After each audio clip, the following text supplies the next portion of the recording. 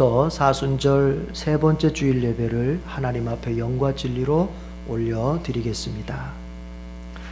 수고하며 무거운 짐을 진 사람은 모두 내게로 오너라. 내가 너희를 쉬게 하겠다. 나는 마음이 온유하고 겸손하니 내 멍에를 메고 나한테 배워라. 그리하면 너희는 마음의 쉼을 얻을 것이다. 아멘.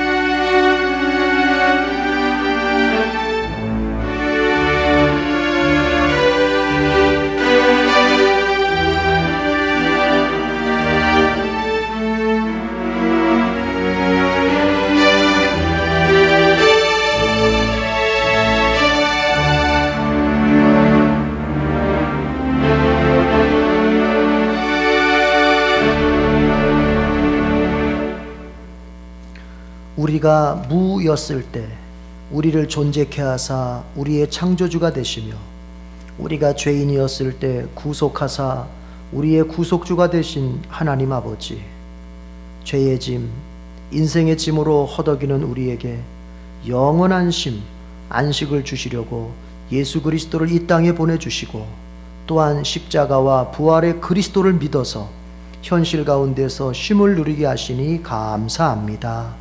이 모든 것이 하나님의 은혜임을 믿고 감사의 고백을 예배에 담아 드리오니 기쁘게 받아 주시옵소서.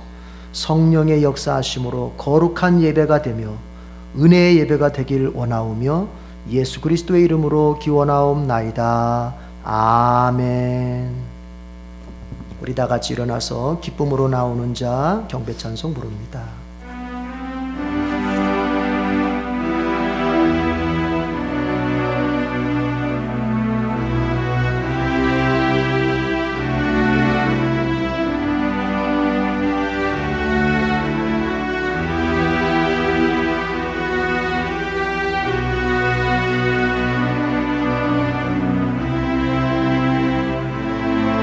주께 감사하며 찬송하고, 주께 감사하며 찬송하고,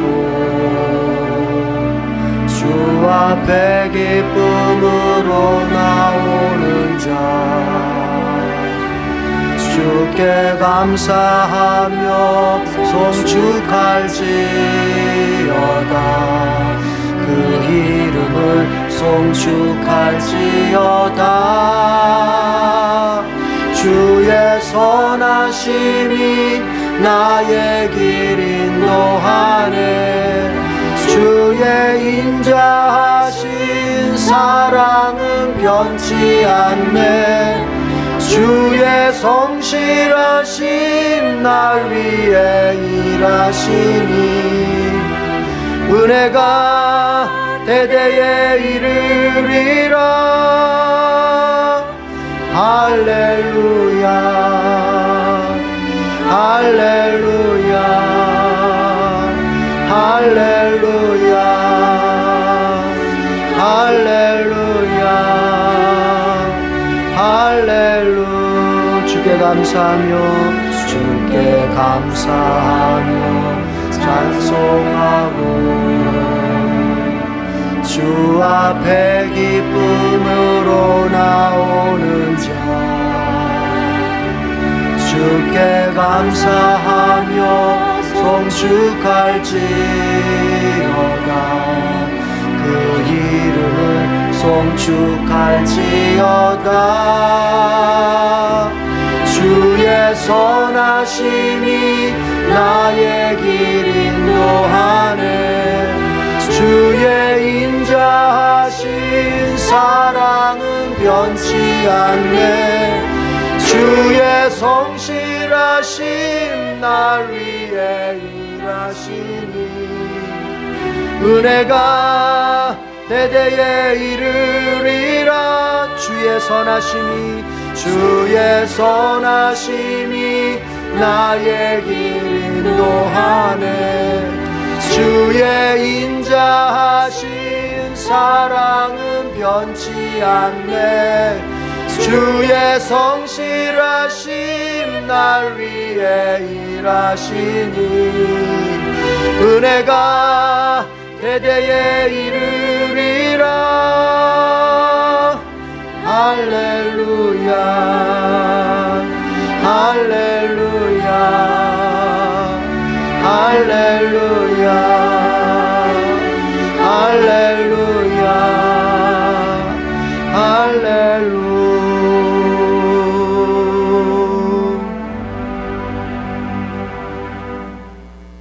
이제는 하나님 앞에 참회의 기도를 드리겠습니다. 하나님 아버지, 우리는 자신을 돌아보는 눈이 부족합니다. 눈을 열어 주시옵소서. 세상의 윤리와 도덕이 기준이 아니라 주님과 나와의 관계라는 영적인 기준으로 나를 들여다보며 회개할 수 있도록 도와주시옵소서. 주님, 우리가 아직 행동으로 드러내지 않았다 할지라도 우리 마음 안에는 얼마나 추하고 더러운 죄들이 가득한지 모릅니다. 주님은 이것 자체가 지옥의 영원한 벌을 받을 자라고 말씀하셨습니다. 주님, 우리는 막연한 믿음을 가지고 주님보다 세상을 더 사랑하고 있으면서도 이게 마치 정상적인 믿음인 양, 또 이 믿음으로 천국에 갈 수 있을 것이라고 생각할 때가 있습니다. 주님께서 말씀하시기를 나에게 주여 주여 하는 자마다 천국에 오는 것이 아니라 하나님의 뜻대로 행하는 자만이 올 수 있다고 하셨는데, 주님은 그 말씀을 통하여 우리의 현재 행위가 우리의 믿음의 실체를 증명하는 것이라고 말씀하셨습니다. 주님, 우리의 행위를 돌아보게 하시옵소서. 그리고 과연 나에게 천국에 갈 수 있는 산 믿음을 가지고 있는지 돌아보게 하시옵소서. 또한 천국에 갈 수 있는 진실하고도 살아있는 믿음을 이 시간 회개함으로 얻게 하여 주옵소서. 예수 그리스도의 이름으로 회개하오며 이제는 주님과 나만이 알고 있는 개인적인 은밀한 죄를 침묵으로 고백합니다.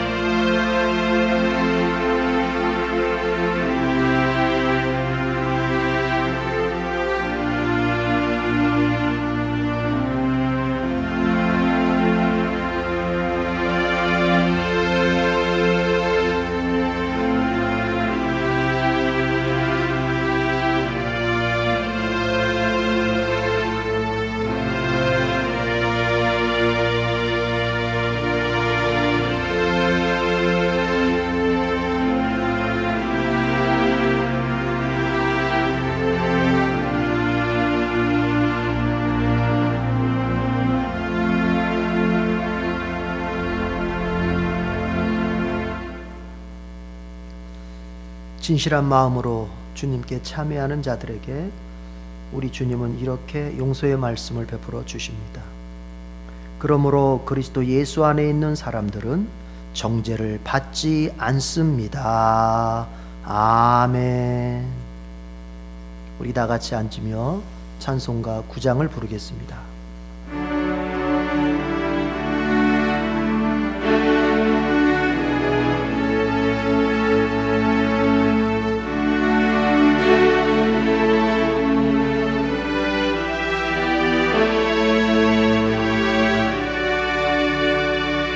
하늘에 가득 찬 영광의 하나님, 온 땅에 충만한 존귀하신 하나님, 생명과 빛으로 지혜와 권능으로 언제나 우리를 지키시는 하나님,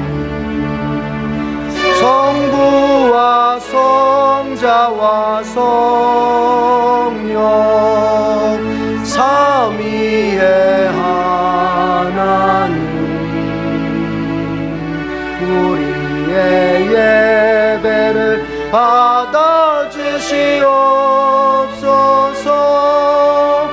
사랑이 넘 자비하신 하나님, 은혜가 풍성한 구원의 하나님, 자매의 심령에 평안을 주시옵고 죄악과 허물을 용서하여 주소서.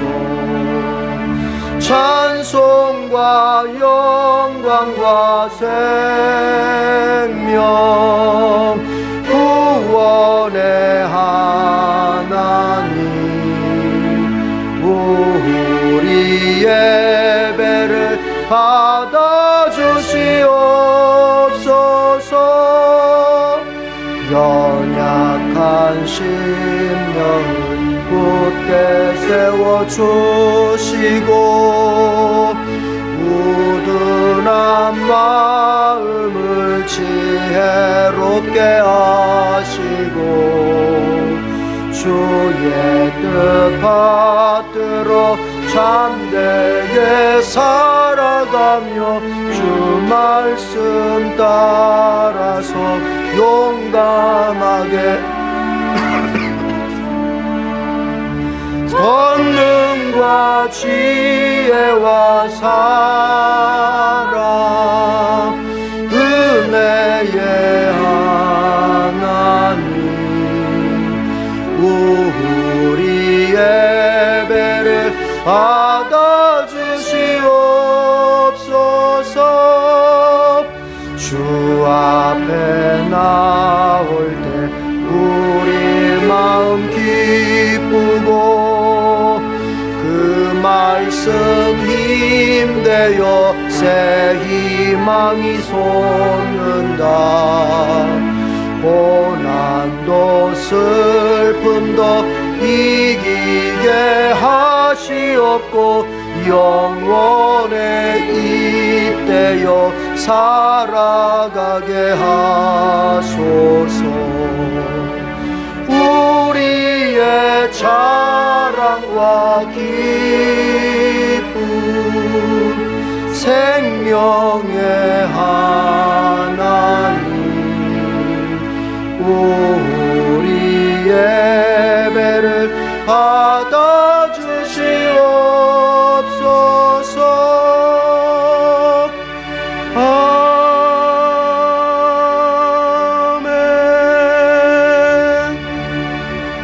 사도신경으로 우리의 믿음을 고백합니다.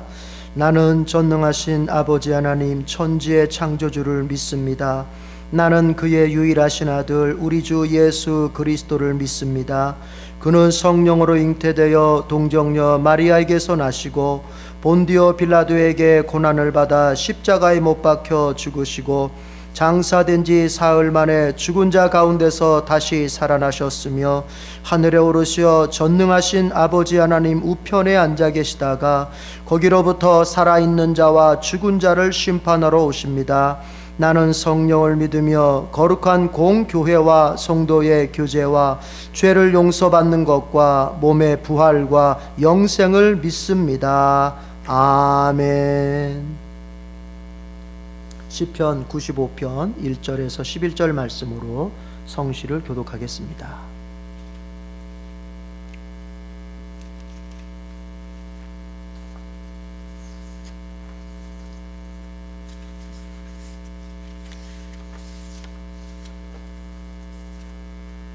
시편 95편 1절에서 11절 말씀입니다. 오너라 우리가 주님께 즐거이 노래하자. 우리를 구원하시는 반석을 보고 소리 높여 외치자. 찬송을 부르며 그의 앞으로 나아가서 노래가락에 맞추어 그분께 즐겁게 소리 높여 외치자. 주님은 크신 하나님이시요 모든 신들 위에 뛰어나신 왕이시다. 땅의 깊은 곳도 그 손 안에 있고 산의 높은 꼭대기도 그의 것이다. 바다도 그의 것이며 그가 지으신 것이다. 마른 땅도 그가 손으로 빚으신 것이다. 오너라 우리가 엎드려 경배하자. 우리를 지으신 주님 앞에 무릎을 꿇자. 그는 우리의 하나님이시요 우리는 그가 기르시는 백성이며 그가 손수 이끄시는 양떼다. 오늘 너희는 그의 음성을 들어보아라. 무리바에서처럼 마사 광야 광야에 있을 때처럼 너희의 마음을 완고하게 하지 말아라. 너희의 조상들은 그때에 내가 한 일을 보고서도 나를 시험하고 또 시험하였다. 40년을 지나면서 나는 그 세대를 보고 실증이 나서 그들은 마음이 빗나간 백성이요 나의 길을 깨닫지 못하는 자들이구나 하였고. 같이 합니다. 내가 화가 나서 그들은 나의 안식에 들어오지 못할 것이다 하고 맹세까지 하였다. 아멘. 우리 복음성가 보혈을 지나 부르겠습니다.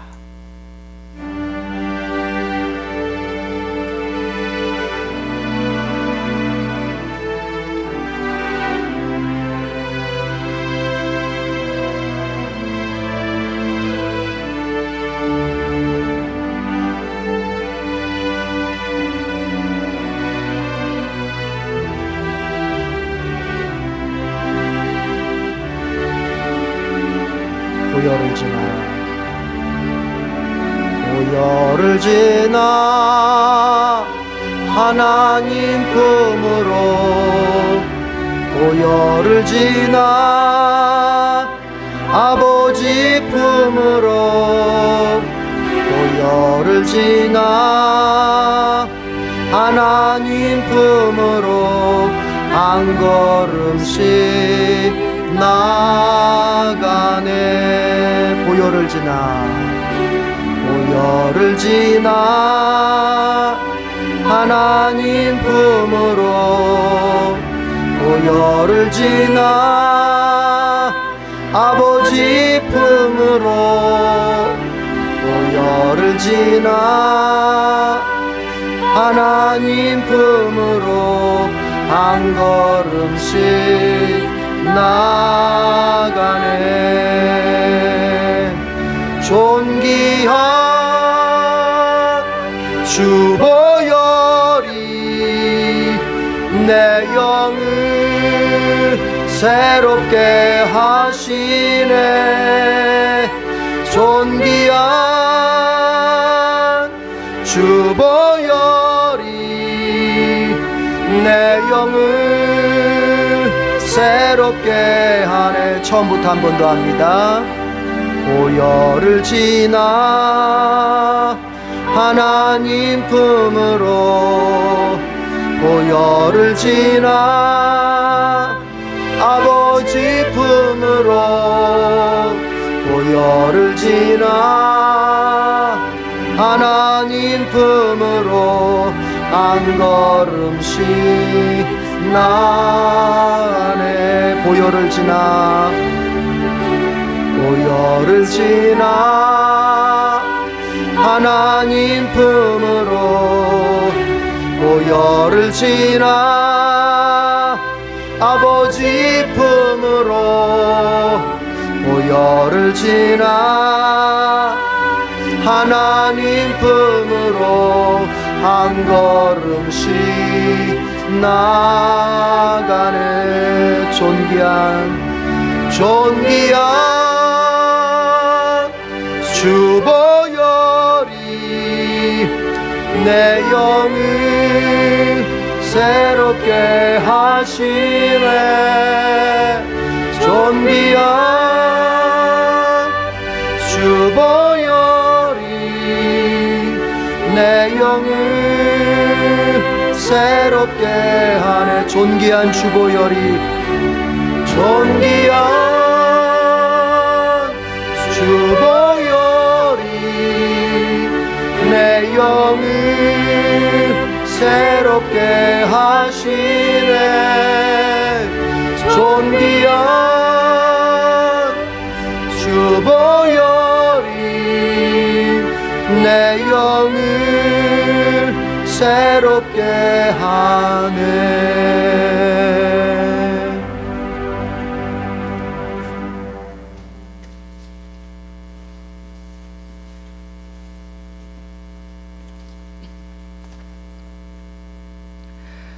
거룩하시고 사랑이 많으신 하나님 아버지 감사합니다.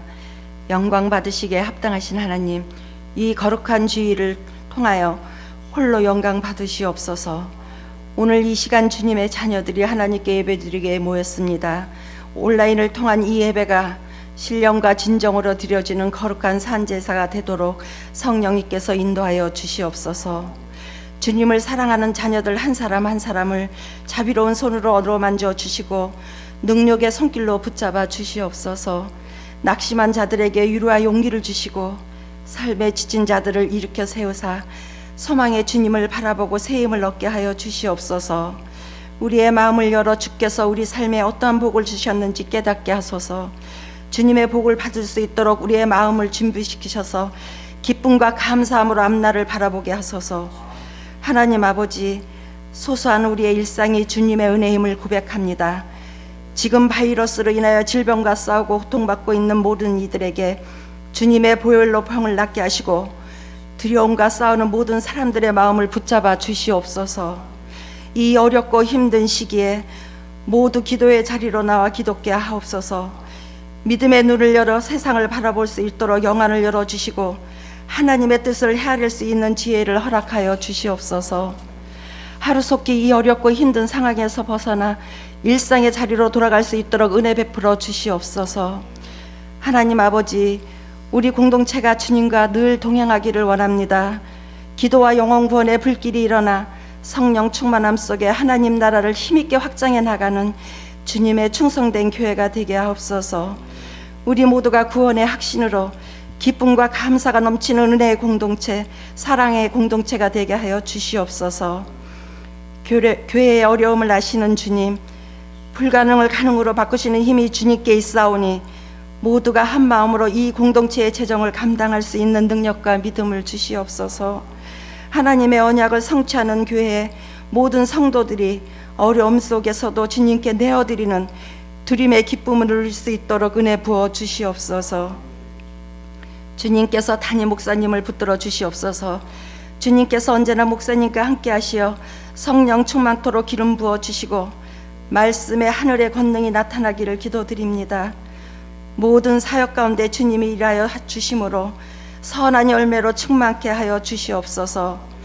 담임 목사님께 순종해서 모든 성도들이 하나가 되어 교회의 큰 일을 감당케 하소서. 하나님의 크신 역사가 언제나 우리 삶 속에 함께하기를 바라며 모든 감사와 찬양과 영광을 주님께 올려드립니다. 이 모든 말씀 우리 주 예수 그리스도의 이름으로 기도드립니다. 이제는 주님께서 가르쳐 주신 기도를 드리오니 하늘에 계신 우리 아버지, 아버지의 이름을 거룩하게 하시며 아버지의 나라가 오게 하시며 아버지의 뜻이 하늘에서 같이 땅에서도 이루어지게 하소서.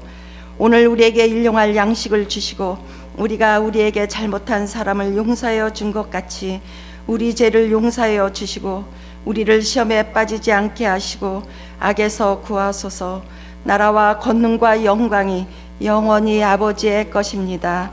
아멘.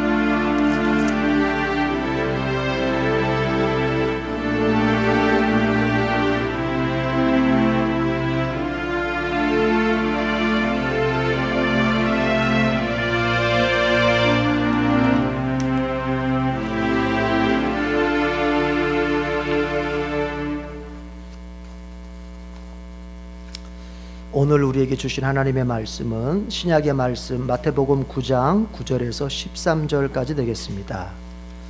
신약 성경 마태복음 9장 9절에서 13절입니다.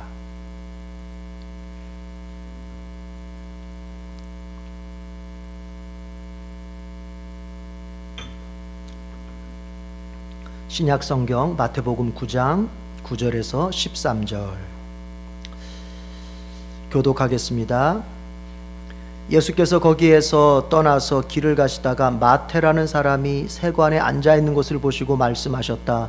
나를 따라오너라. 그는 일어나서 예수를 따라갔다.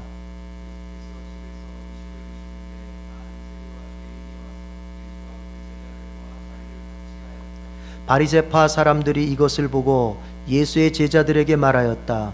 어찌하여 당신네 선생은 세리와 죄인과 어울려서 음식을 드시오?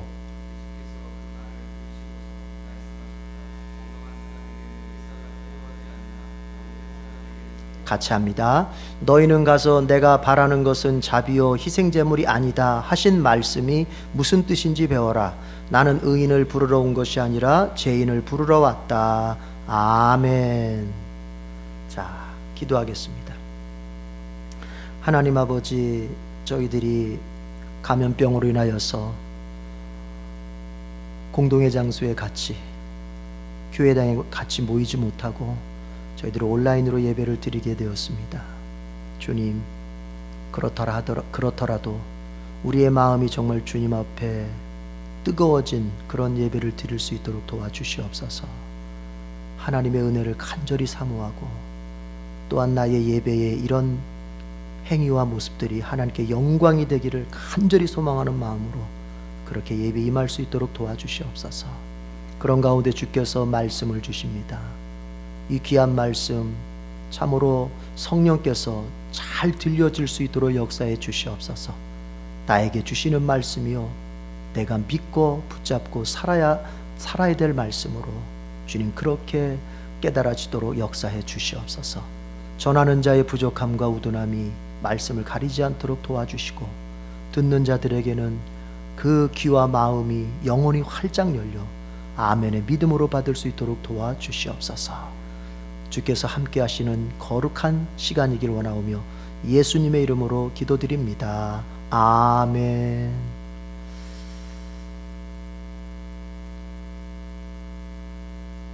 자, 예수님께서 길을 가시다가 세관 앞을 지나게 되십니다. 오늘 본문은 거기서부터 시작을 하게 되는데, 그 세관에 앉아있는 한 사람을 보게 됩니다. 마태라는 사람입니다. 예수님께서는 마태를 향해서 나를 따라오너라 한마디를 던지실 때 마태는 어떻게 했느냐? 한번 읽어봅시다. 9절입니다. 다 같이. 자, 9절 다 같이 시작. 예수께서 거기에서 떠나서 길을 가시다가 마태라는 사람이 세관에 앉아있는 것을 보시고 말씀하셨다. 나를 따라오너라. 그는 일어나서 예수를 따라갔다. 예수님께서 마태야 나를 따라오너라 했을 때 그는 일어나서 예수를 따라갔다. 이 한 줄이, 이 짧은 한 줄이 따라오라는 주님의 말씀 한마디와 그리고 그 말씀을 따라서 마태가 따라갔다고 하는 이 짧은 한 줄이 제자의 전 면목을 보여주는 거예요. 무슨 얘기인가? 여러분, 제자는 어떤 사람이라고 생각하세요? 예수님의 제자는 어떤 사람을 가리켜서 우리가 제자라고 말할 수 있는 거예요? 바로 예수님의 제자는 예수님을 따라가는 사람이에요. 따라가는 사람. 자, 그런데 이걸 한번 생각해 봅시다. 인생은요, 가만히 보면은요, 뭔가를 따라가면서 사는 법이에요. 그냥 사는 사람은 없어요. 인생은 반드시 그가 뭔가를 따라가게 돼 있어요. 그러면서 인생을 살아. 바꿔 말하면 뭔가를 추구하면서 살게 돼 있어요. 그게 인생이에요. 단지 내가 따라가는 그 대상을 아느냐 모르느냐, 인식하느냐 인식하지 못하느냐의 차이만 있을 뿐이지, 나는 뭔가에 끌려가고 있고 나는 뭔가를 따라가는 게 그게 바로 인생이란 말이에요. 그러면 예수님의 제자는 어떤 사람인가? 마태를 통해서 볼 때 명확하게 보여지는 게 뭐냐? 따르던 대상을 바꾼 사람이 바로 제자예요. 마태는 따르던 대상을 바꿨습니다. 뭐에서 뭐로 바꿨을까요? 뭐에서 뭐로 대상을 바꿨을까요? 돈에서 예수님으로 그 대상을 바꾼 사람이에요. 우리가 이미 잘 알다시피 마태는 그 직업이 세리입니다. 세리. 그래서 오늘 9절에 보면은 마태라는 사람이 세관에 앉아 있었다, 그렇게 기록하고 있어요. 세리예요. 세리는 어떤 사람입니까? 세리는 민족, 백성, 민족의 같은 민족 백성들로부터 손가락질을 받더라도 뭘 추구하는 사람입니까? 돈을 추구하는 사람이에요. 내가 돈만 벌 수 있다면 그까지 사람들의 비웃음쯤이야. 내가 돈만 벌 수 있다면 아이고 뭐 동족으로부터 좀 미움 좀 받으면 어때? 아, 돈이 많은 게 최고지. 돈이 많으면 얼마나 많은 것들을 내가 누릴 수 있어 하면서 돈을 따르는 사람이 바로 이 마태라는 사람. 이 마태. 그런데 예수님께서 마태를 만나서 나를 따라오너라 했더니 이 마태는 그 자기의 세리의 직분을, 세리의 그 직업을 딱 내려놓고 세관을 떠나 예수님을 따르게 되는 거예요.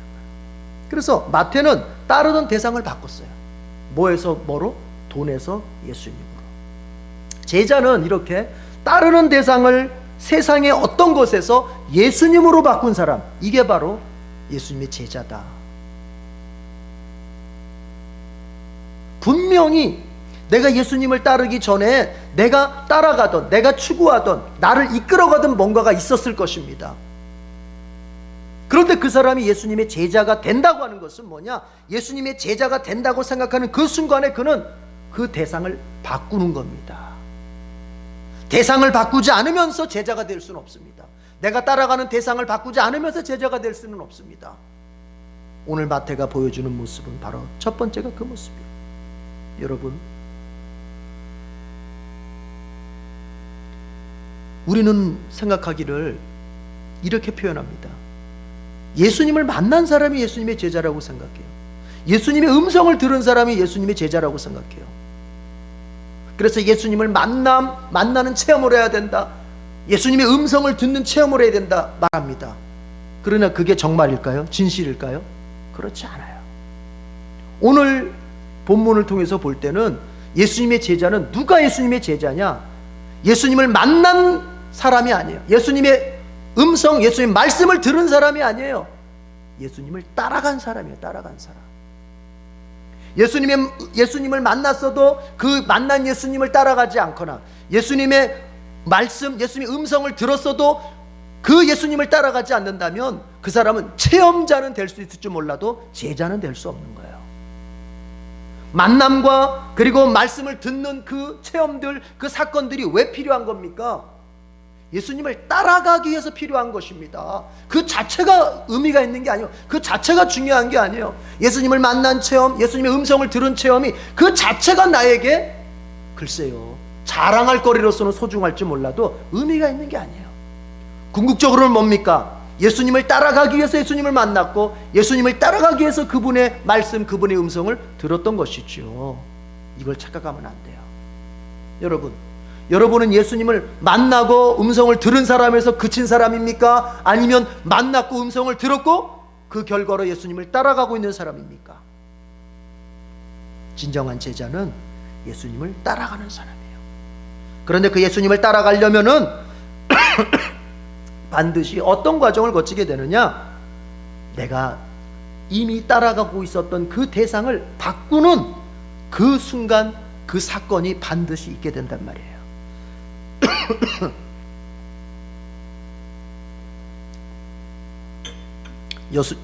여러분은 지금 무엇을 따라가고 있습니까? 혹은 누구를 따라가고 있습니까? 물질을 따라가고 있습니까? 세상의 명예를 얻기 위해서 따라가고 있습니까? 세상의 부유함을 목적하여 가고 있습니까?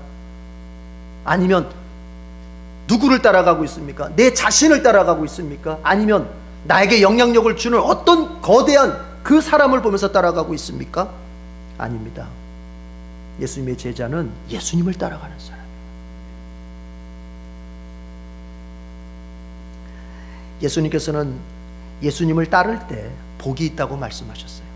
마가복음 10장 28절에서 30절을 보면은 이제 베드로가 예수님께 이런 말을 합니다. 주님, 우리가 주님을 다 버리고 주님을 따랐습니다. 자, 이제 우리에게 어떤 일이 일어납니까? 그때 예수님께서 이렇게 대답하십니다. 예수님께서 하시는 말씀입니다. 내가 진정으로 너희에게 말한다. 나를 위하여, 또 복음을 위하여 집이나 형제나 자매나 어머니나 아버지나 자녀나 논밭을 버린 사람은 지금 이 세상에서는 박해도 받겠지만 집과 형제와 자매와 어머니와 자녀와 논밭을 100배나 받을 것이고, 또 오는 세상에서는 영원한 생명을 받을 것이다. 그러니까 우리가 따르던 대상을 버리고 예수님을 우선해서 예수님을 최고로 해서 예수님을 따를 때 그 인생이 그냥 그거로 끝나는 게 아니에요. 예수님을 따라간 그 인생에는 반드시 주님께서 현실적으로도 그리고 내세에서 오는 영적으로도 주님은 복을 받을 것이라고 약속하시는 거예요. 자, 우리 인생 살면서 따라가고 싶은 것들이 여러 개가 있습니다. 그때마다 잊지 맙시다. 마태를 보고 기억합시다. 여러분, 우리는 예수님의 제자입니다. 예수님을 따라가야 됩니다. 예수님을 따라가는 여러분의 인생이 되길 바라고, 그 인생 속에 주님께서 현세와 내세에서 복을 충만하게 부어주기를 바랍니다. 그런데 이제 예수님을 따라가는 것에 대한 증거가 있어요. 내가 예수님을 따르고 있다면 거기에는 분명히 증거가 나타나게 돼 있어요. 예수님을 따르는 사람의 증거가 있어요. 그것이 여러 가지가 있겠죠. 그러나 오늘 본문을 통해서 보면은요, 여러분 10절의 말씀을 한번 다 같이 봐요. 10절 다 같이 읽어봐요. 시작. 예수께서 집에서 음식을 드시는데 많은 세리와 죄인이 와서 예수와 그의 제자들과 자리를 같이 하였다. 이게 무슨 얘기냐면, 예수님을 영접하고 예수님을 따르게 된 마태가 이제 어느 날 자기 집에서 잔치를 연 거예요. 예수님을 모시고 성대한 잔치를 연 거예요. 그리고 그 자리에 이제 누구를 초대합니까? 많은 세리와 죄인들이 거기에 동석했다고 말합니다. 이건 무슨 얘기예요? 마태가 자기의 이웃들을 다 초청한 거예요. 같은 직업을 가졌던 세리들, 또 여기 죄인이라고 나오는 이 사람들은 뭐냐면 그 사회에서 한마디로 말하면 사람 취급 못 받았던 사람들은 죄인이라고 통틀어 말하는 거예요. 그런 사람들을 다 초대한 거예요. 예수님을 모시고 잔치에 예수님을 모시고 또 예수님이 계신 그곳에 이제 자기의 이웃들을 다 초대한 거예요. 여러분, 저는 이렇게 말하고 싶습니다. 이게 바로 예수님을 따르는 것에 대한 증거다. 예수님을 따름에 대한 증거는 여러분 다른 게 아닙니다. 예수님을 전하는 것입니다. 예수님을 따르는 사람은 반드시 예수님을 전하게 돼 있어요. 그런데 이게 아니에요. 그 동기가 있어요. 동기가 달라요. 무슨 얘기냐? 우리 교회에 대해 인원수를 더 늘려야 되니까 전해야 되겠다. 우리 교회가 성장을 해야 되니까 내가 예수님을 전해서 사람들 좀 데려와야 되겠다. 이게 아니에요. 이게 아니에요. 그거는 예수 따름의 증거라고 볼 수 없어요. 뭐냐? 내가 왜 예수를 다른 사람들에게 전합니까? 내가 예수를 만나 보니 감격이 있어요. 내가 예수를 만나 보니 은혜가 있어요. 내가 예수를 만나 보니 나의 영혼과 나의 인생 속에 정말 새로워짐이 있어요. 그게 너무 소중해요. 그걸 경험한 거예요. 먼저 맛본 거예요. 예수님이 나에게 주시는 관심, 예수님이 나에게 쏟아 부어주시는 사랑, 이게 너무 좋은 거예요.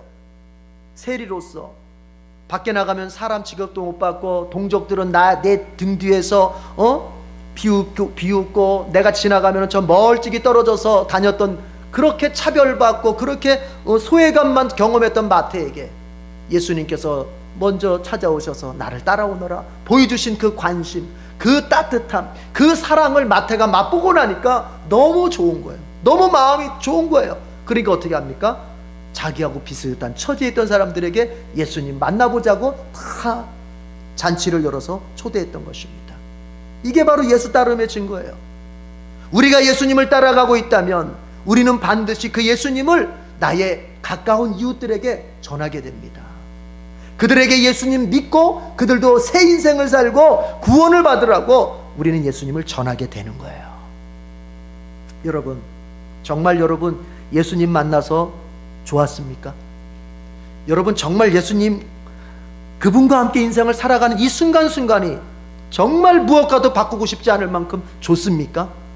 이게요, 우리가 우리가 주님 앞에 입술로도 개인적으로도 고백해야 되겠지만, 감사하다고, 너무 좋다고, 주님 앞에 너무 정말 감사하다고, 너무 좋다고 개인적으로도 고백해야 되겠지만, 더 주님이 기뻐하시는 그 고백은 뭐냐? 네가 나를 만난 그 감격 다른 사람에게도 전하라는 거예요. 가족들에게, 이웃들에게. 그러면 주님은 그걸 가장 큰 고백으로, 네가 정말 나를 만난 것을 가장 최고로, 인생 최고로 여기는구나, 그렇게 기뻐하신다는 것입니다.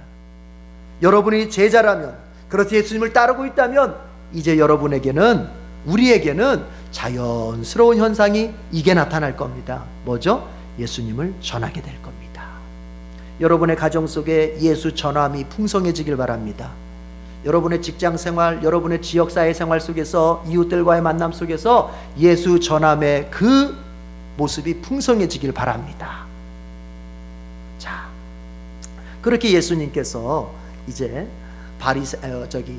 세리와 죄인들과 함께 식사를 하고 있을 때 그 장면을 보던 바리새파 사람들이 이제 비난을 합니다. 11절 한번 보십시다. 11절 11절 다 같이 시작. 바리새파 사람들이 이것을 보고 예수의 제자들에게 말하였다. 어찌하여 당신네 선생은 세리와 죄인과 어울려서 음식을 드시오? 예수님께서 세리들하고 또 죄인들하고 같이 어울려서 식사를 하니까 이걸 바리새파 사람들은 경건하다고, 자칭 경건하다고 생각하는 바리새파 사람들은 이걸 비난을 하고 있어요. 여러분, 이스라엘 사회에서, 이 유대 사회에서요, 식사를 한다고 하는 것은 단순히 밥을 같이 먹는 게 아니에요. 이거로 끝나는 게 아니에요. 이 유대 사회에서의 식사 공동체라고 하는 것은 뭐냐? 너와 나는 한 형제다. 너와 나는 친밀하다. 나는 너에게 모든 걸 줄 수 있다. 그러니까 굉장한 그 친밀함을 드러내는 거란 말이에요. 그러니까 지금 바리새파 사람들이, 아니 세리는 이거 죄인, 이거 민족 반역자고 죄인이라고 일컫는 뭐 이런 사람들은 다 이게 율법으로 보자면 다 하자가 있는 사람들인데 어떻게 그들을 가까이 하면서 그들과 함께 그 친밀한 교제를 나눌 수 있느냐? 만약에 예수가 경건한 사람이라면 그럴 수 없는 것이다 하면서 비난을 하는 거예요. 그런데 바리새파 사람들을 보면요, 재미있어요. 이게 뭐냐면 비난하고 싶은 직접적인 대상은 누구예요? 예수님이야. 그런데 누구한테 얘기하고 있어요? 제자들한테 말하고 있어요. 11절 보면, 그렇죠? 제자들한테 말하고, 어째서 니네 선생님은 이러잖아요. 이 바리새파의 특징이 있어요. 보면은 예수님한테 뭔가를 따지고 싶으면 제자들한테 얘기합니다. 그리고가 하면 제자들이 어떤 허물을 얘기하고 싶으면 꼭 예수님한테 얘기합니다. 당신 제자들은 왜 그래요? 이렇게. 무슨 얘기냐? 이 사람들은 당사자들하고는 얘기를 안 해요. 꼭 제3자한테 돌려서 얘기한다고. 그러니까 나쁜 사람들이, 이 사람들은. 네. 제일 나쁜 사람들이 이런 사람들이에요.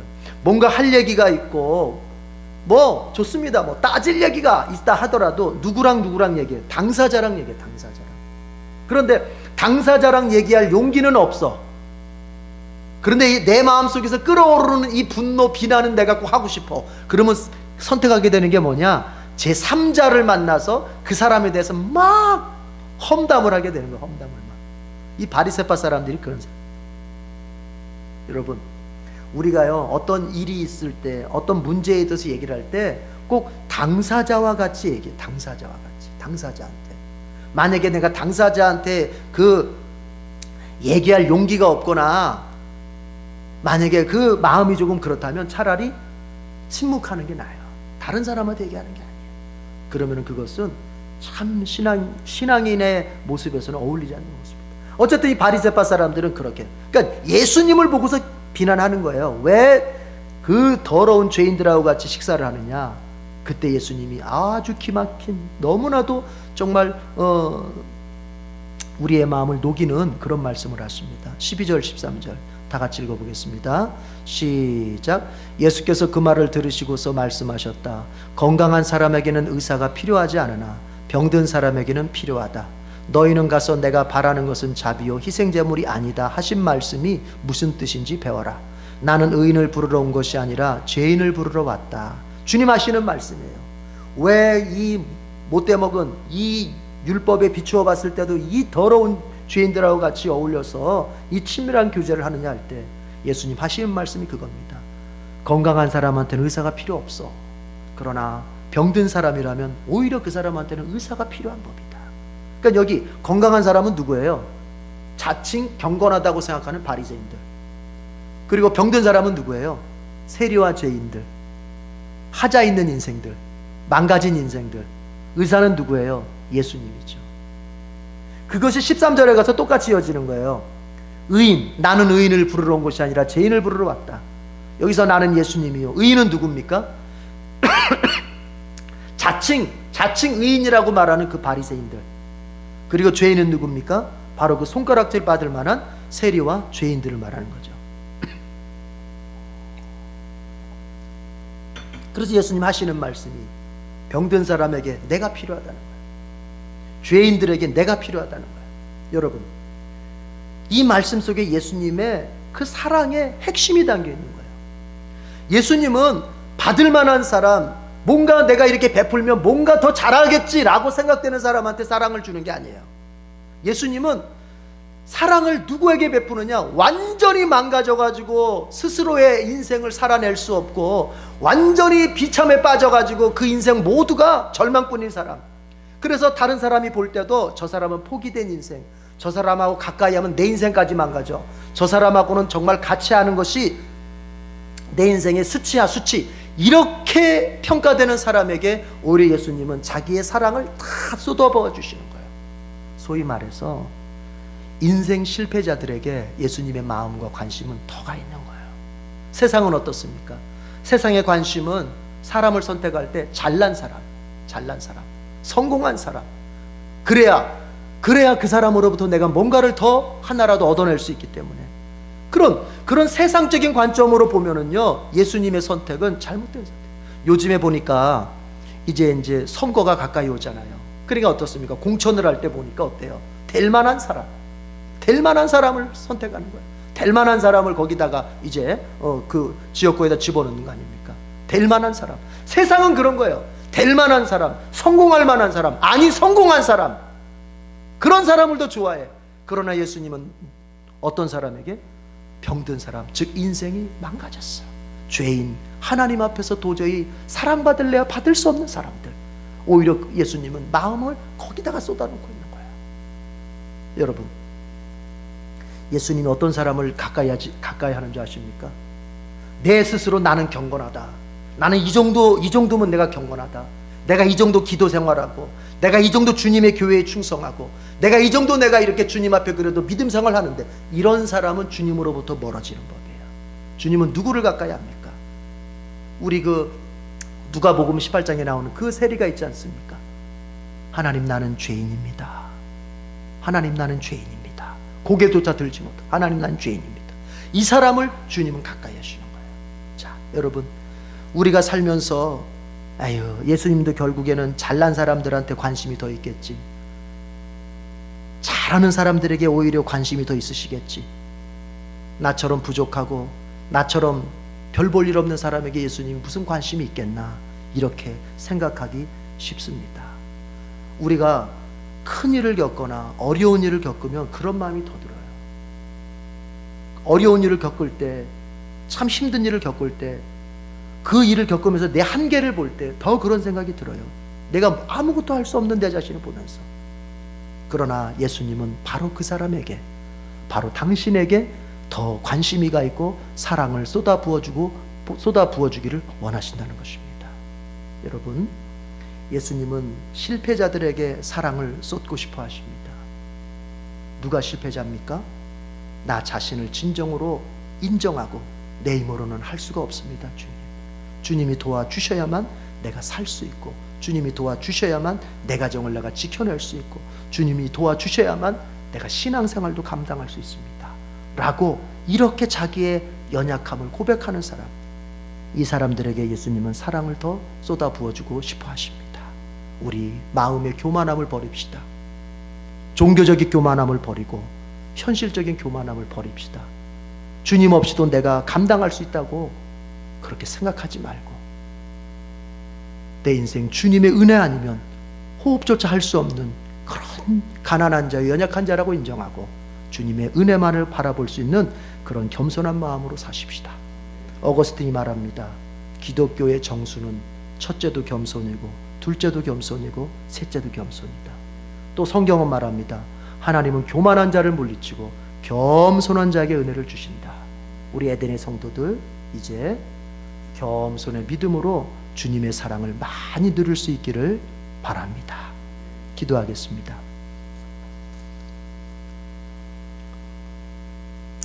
은혜와 사랑이 풍성하신 아버지 하나님, 주님의 그 풍성하신 은혜와 사랑을 어떤 사람에게 쏟아 부어주시는지 오늘 성경 말씀을 통해서 알게 되었습니다. 주님, 우리 자신의 연약함을 인정하고 주님의 그 넓은 품에 안겨 주님의 사랑을 누리기를 원하는 겸손한 사람들에게 우리 주님께서 쏟아 부어주시는 것으로 분명히 말씀해 주셨습니다. 아버지여, 우리가 이 세상에서 절망의 순간을 만나더라도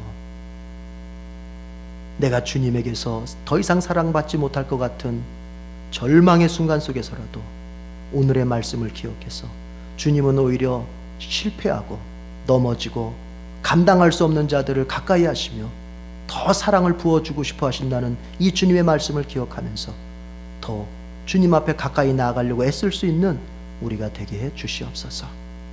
일어설 수 있게 해 주시옵소서. 더 이상 사랑받지 못할 자라고 여겼던 나의 마음을 이제 말씀을 믿음으로 바꿀 수 있게 해 주시옵소서. 어떤 경우에서든지 어떤 실패의 자리, 어떤 절망의 자리에서도 우리 주님께서 우리를 불쌍히 여기며 우리를 사랑해 주신다고 하는 이 믿음으로 다시금 일어설 수 있도록 도와주시옵소서. 예수님의 이름으로 기도드립니다. 아멘. 우리 복음성가 그 사랑 부르면서 봉헌은 온라인으로 하도록 하겠습니다.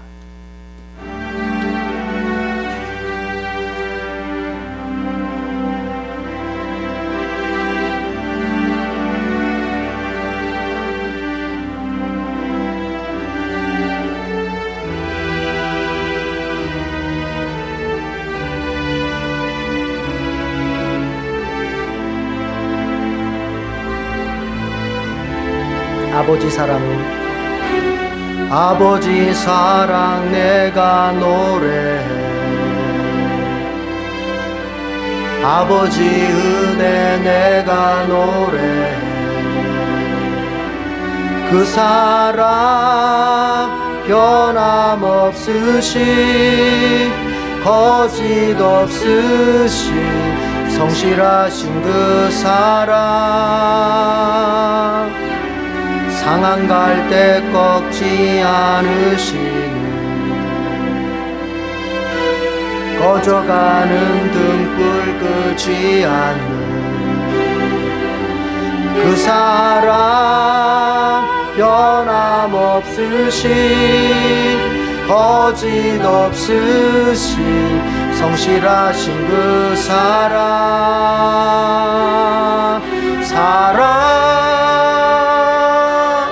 그 사랑 날 위해 죽으신 날 위해 다시 사신 예수 그리스도 다시 오실 그 사랑 죽음도 생명도 천사도 하늘의 어떤 권세도 끊을 수 없는 영원한 그 사랑 예수 그 사랑 날 위해 죽으신 날 위해 다시 사신 예수 그리스도 다시 오실 그 사랑 죽음도 생명도 천사도 하늘의 어떤 권세도 끊을 수 없는 영원한 그 사랑 예수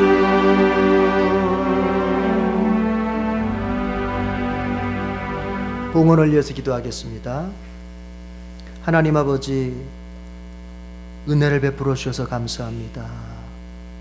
사랑해 주셔서 감사합니다. 그 은혜와 사랑을 받을 수 없는 그런 사람임에도 불구하고 베풀어 주셔서 감사합니다. 그리스도의 십자가의 공로를 통하여 우리를 바라봐 주시고 우리에게 그 은혜와 사랑을 아낌없이 부어주시니 감사합니다. 이제 그 감사한 마음을 예물에 담아 주님께 바칩니다. 주여, 온라인으로 봉헌하는 우리 성도들 한 사람 한 사람마다 참으로 주님의 은혜와 사랑이 더욱 충만해지도록 역사해 주시옵소서. 혹시 주님 마음속에 어려움을 겪으면서 현실의 절벽에 부딪히면서 난 더 이상 주님께 사랑받지 못할 것 같다는 사탄의 속삭임을 들으면서 아버지 그 마음이 낙심된 성도들이 있다면 이제 주님은 오히려 병든 사람, 죄인된 사람, 그 사람들을 사랑해 주려고 이 세상에 오셨다는 주님의 말씀을 이제 듣고 믿고 다시 그 사랑을 확신하며 주님께로 나올 수 있도록 은혜를 베풀어 주시옵소서. 주여, 우리는 연약합니다. 우리는 아무것도 감당할 수 없는 참 약한 사람들입니다. 그러나 이렇게 약한 우리를 사랑해 주시기 위해서 이 땅에 오신 주님은 전능하십니다. 주님께 기대어 살겠습니다. 주님 우리의 모든 현실적 삶에도 함께 하시고 주님 이끌어 주시고 도와 주시옵소서. 물질을 받으사 주의 복음 전하는 일에 잘 쓰이도록 또한 인도해 주시옵소서. 예수님의 이름으로 기도드립니다. 아멘. 교회 소식을 보겠습니다.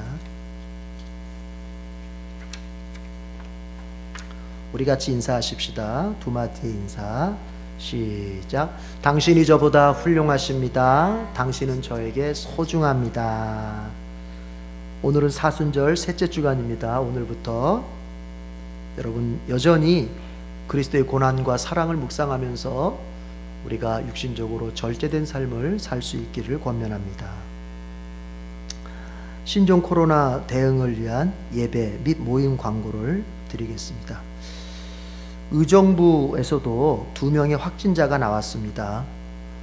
그래서 더 긴장된 상태를 지금 의정부 시민들이 지금 맞이하고 있는데, 우리가 호국기도, 나라를 지키는 기도, 호국기도를 더 많이 해주시고 마스크 착용과 손 세정에 더 철저해 주시기를 바랍니다. 그로 인해서 이제 우리가 한 15일 정도, 3월 15일 오늘 정도까지 하고 난 다음에 좀 모여서 예배를 드려야 되지 않을까 싶었는데, 지금 의정부에서도 확진자가 이렇게 낮다 보니 우리가 조금 더 경과를 봐야 될 것 같습니다. 그래서 자, 이제 안내를 드리면 3월 18일 수요 바이블 투어 모이지 않습니다. 대신 신명기 가정예배 꼭 드리시길 바라고요.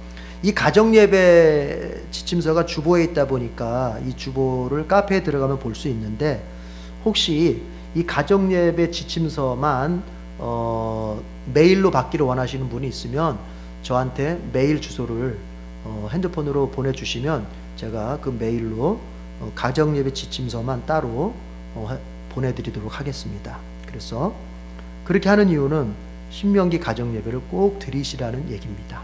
그래서 수요일 날 신명기 가정예배 드립니다.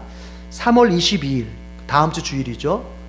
다음 주 주일도 우리가 온라인 예배로 드려야 되겠습니다. 그래서 다음 주 한 주 더 우리가 온라인 예배 드리고 그 다음에 좀 추이를 지켜봐서 모일 수 있는 그런 시기가 적당한지 한번 좀 보도록 하겠습니다. 목사의 당부의 글을 제가 실었는데 뭐 이렇습니다. 내용은 우리가 현재 이제 예배를 온라인으로 드리고 있는데 이건 임시적인 거라고, 임시적인 조치라는 거. 이것이 인간의 편의에 따라서 예배를 이렇게 드려도 되는구나 이렇게 생각하면 안 된다는 것이죠. 이건 정상적인 그런 예배 생활이 아닌 것이죠.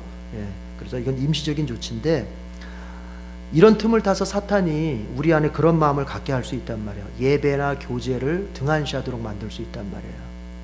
왜냐하면 우리 육신이라고 하는 것은 자꾸 편한 걸 추구하게 돼 있어요. 이게 아직도 우리 몸 안에 남아있는 죄의 본성 중에 하나이기 때문에 이게 자꾸 편하다 보면은 이쪽으로 가고 싶은 마음이 더 생기는 거예요. 그래서 우리의 예배와 성도의 교제가 나태해지지 않도록 스스로 열심을 좀 내야 되겠습니다.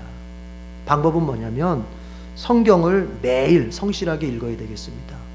지금 주보에 올리고 있는 성경 읽기표를 가지고 성경을 성실히 읽고, 또 서로의 안부를 자주 물어야 되겠습니다. 구역 식구들끼리 자꾸 서로 연락해서 어떻게 지냈는지, 건강한지 자꾸 서로의 안부를 자주 묻고, 그리고 서로를 위해서 기도를 간절하게 해줘야 되겠습니다.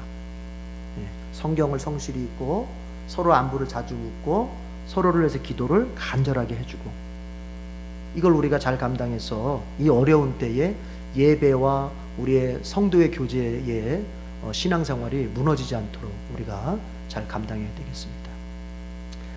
여러분이 많이 보고 싶습니다. 뵐 때까지 건강하시길 바랍니다. 자, 다 같이 일어나서 목적 선언문을 암송하고 찬양하겠습니다. 시작. 우리는 한 영혼을 구원하여 예배, 교제, 훈련, 봉사, 전도의 삶을 살아가는 예수 그리스도의 온전한 제자로 세운다. 아멘.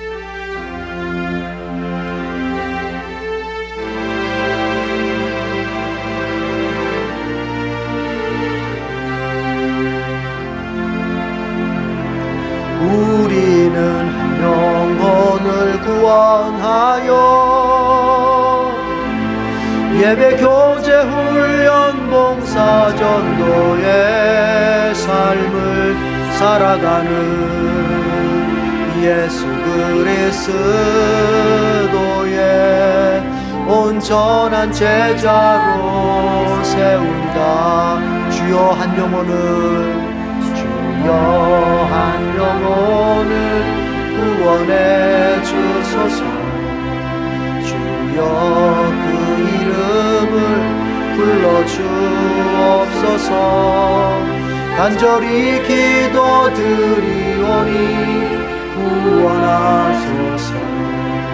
함께 천국에서 주를 뵙게 하소서. 내 입술은 연약하나 주는 강하시니 내 입술이 주 전할 때 능력 나타내소서. 주여 한 영혼을 구원하소서. 닫힌 마음 문을 열어주소서. 주여 그 이름을 불러주소서. 거절할 수 없는 은혜 주소서. 성령님 능력으로 예수님의 권세로 나를 사용하사 구원하소서.